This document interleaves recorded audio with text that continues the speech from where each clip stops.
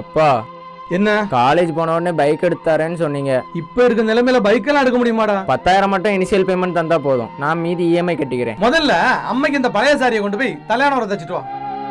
படுக்க பாயும் தலானிமே இல்ல, பசங்களுக்கு பைக் கேக்கு பைக். ஏய் என்னடா பண்ற? வீட்டுல பைக் எடுத்து கேட்டா எடுத்து தர மாட்டேங்கிறாங்க. எடுபடி வேலை செய்யறதுக்கெல்லாம் கூப்பிடுறாங்க. அதுக்குன்னு பட்டு சேலை போட்டு மிதிப்பியா? என்ன இதை வச்சுட்டு என்ன செய்துக்கான்? பைக் தானே வேணும் உனக்கு? ஆமா. வா. அப்படி நான் மாப்பிள்ளையை கூட்டிட்டு வந்த இடம் தான் காமாட்சி பட்டு சென்டர். காமாட்சி பட்டு சென்டர்ல நம்ம கொண்டு போற பட்டு சேலை எல்லாம் நீட்டா செக் பண்ணி நல்ல விலைக்கு எடுத்துக்கிறாங்க.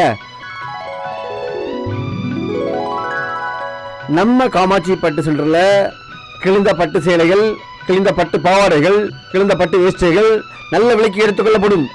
கிழிந்த பட்டாடைகளை கொடுத்தாலும் கை நிறைய அள்ளி கொடுக்குறவங்க தான் நம்ம காமாட்சி பட்டு சென்டர். பைக்குக்கு அட்வான்ஸ் கொடுத்துக்கோ.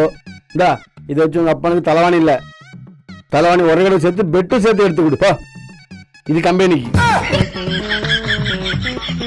லொகேஷன் பாத்தீங்கன்னா மீனாட்சிபுரம் அருணா ஸ்டோர் ஆப்போசிட் முதல் மாடியில் இருக்கு. மேலும் தகவல்களுக்கு கான்டாக்ட் நம்பர் கொடுக்குறேன், கான்டாக்ட் பண்ணிக்கோங்க.